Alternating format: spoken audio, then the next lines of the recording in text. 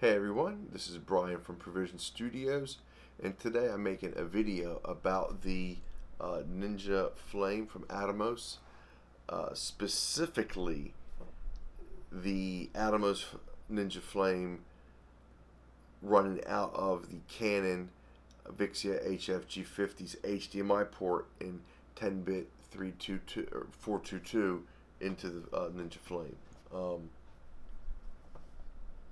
I've shot both inside footage, like such as this, in a couple different angles, with the lighting set up a couple different ways. I've shot outside footage in daylight, towards the end of the day, during the golden hour, and I've brought all that footage back. I've popped it into DaVinci Resolve, and I have really looked to see if I could see a difference between the footage that I'm shooting on camera to SD card in 8-bit 420, and the information being sent from the G50 onto the Atomos Ninja Flame being captured at ProRes 422 in 10-bit. And outside of a couple examples where I'm not even sure if what I was seeing is actually what I was seeing, because I mean, I've looked at so much footage. I'm looking for improvements on the Ninja Flame instead of using a truly objective eye and waiting to see if something comes along. I'm looking, oh, there's something, instead of actually watching the footage and objectively seeing the true results. So I'm not even really trusting my eyes anymore at this point. But the noise is there. I'm seeing noise on the 10-bit as well as the 8-bit. And guys, I'm new to this whole 10-bit thing, the 10-bit 8-bit convert, the difference between the two. I was, based on some of the things that I have read and watched, is there was going to be improved color depth, especially when doing extensive editing. The simple mathematical fact is there are much more colors represented on a 10-bit video than there are in an 8-bit video. So you have much more color depth to work with as opposed to the 8-bit. And that's all well and good. But for the increased file size, this is Brian Buckaloo speaking about how he uses a camera. Based on the file size increase with the ProRes 422, it's not worth it to me. I'm not saying the Ninja Flame is not an awesome piece of equipment. What I'm saying is either the signal coming out of the G50 isn't a high quality enough 10-bit signal, 422 signal, to where it comes out of here looking good, or not looking good. The footage looks great. I'm saying things the wrong way now. I was expecting more, bottom line. And if it wasn't for the simple fact that I paid half of what this thing sells for brand new, I'd say I'm very disappointed. Actually, I'm quite pleased, because this is opening my mind to a whole new world of video production. This Ninja Flame is actually an incredibly intelligent and well crafted studio tool. It's going to improve my videos. That goes into editing. So before I even get to my software, my NLE, my video is already going to be better because of the tools that are inside of this monitor recorder. I'm able to record better quality out of the camera, or into the camera, I should say,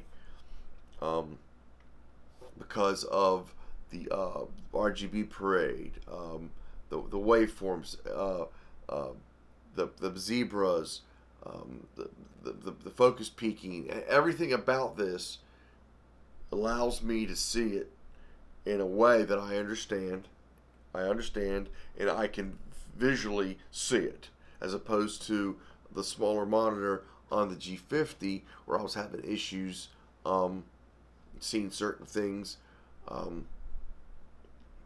especially out in sunlight. That is not a problem for this device.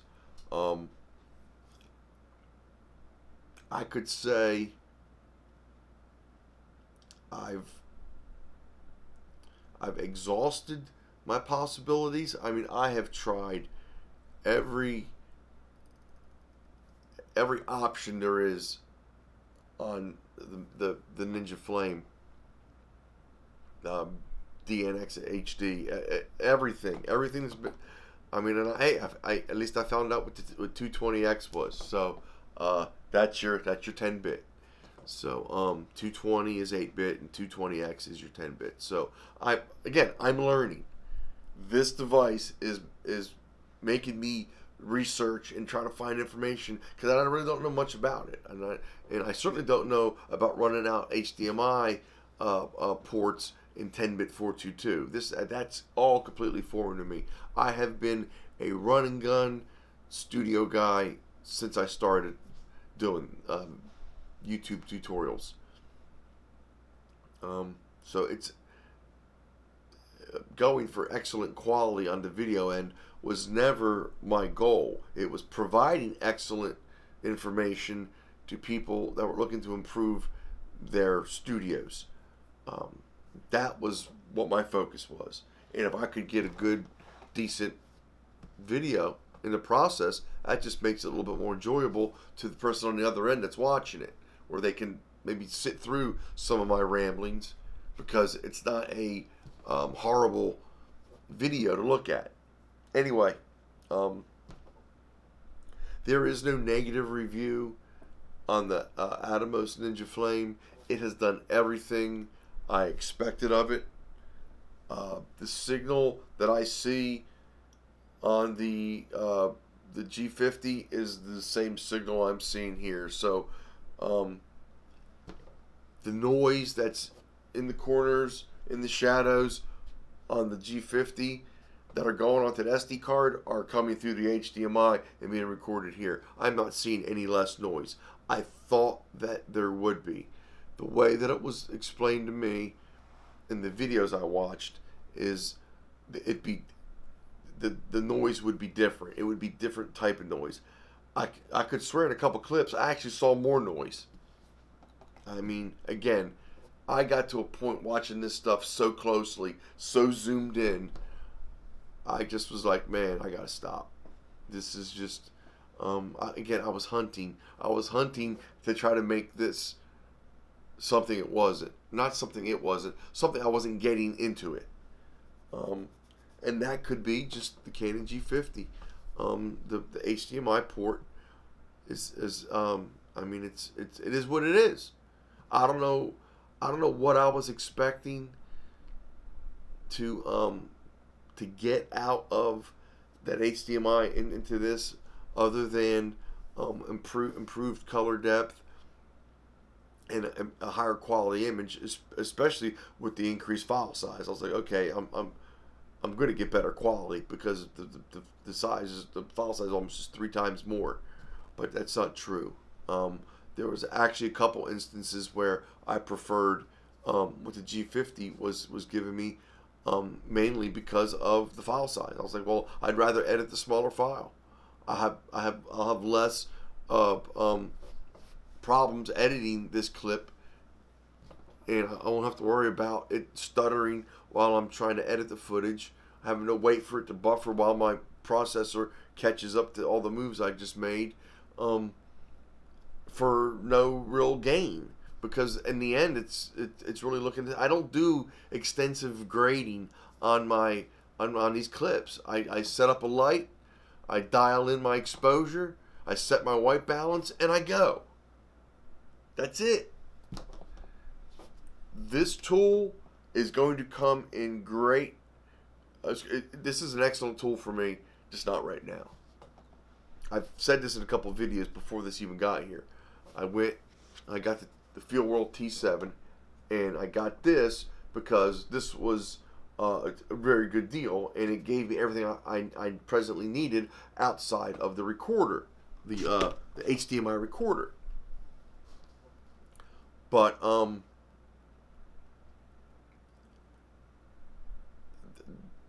in that video that I was talking about, the Field World T7 on camera monitor, I said, as awesome as the Ninja, and it was the Ninja 5 at the time, as awesome as the Ninja 5 is, I don't think I need it right now. I'm not at a point in the studio development where I need to go and have that piece of equipment.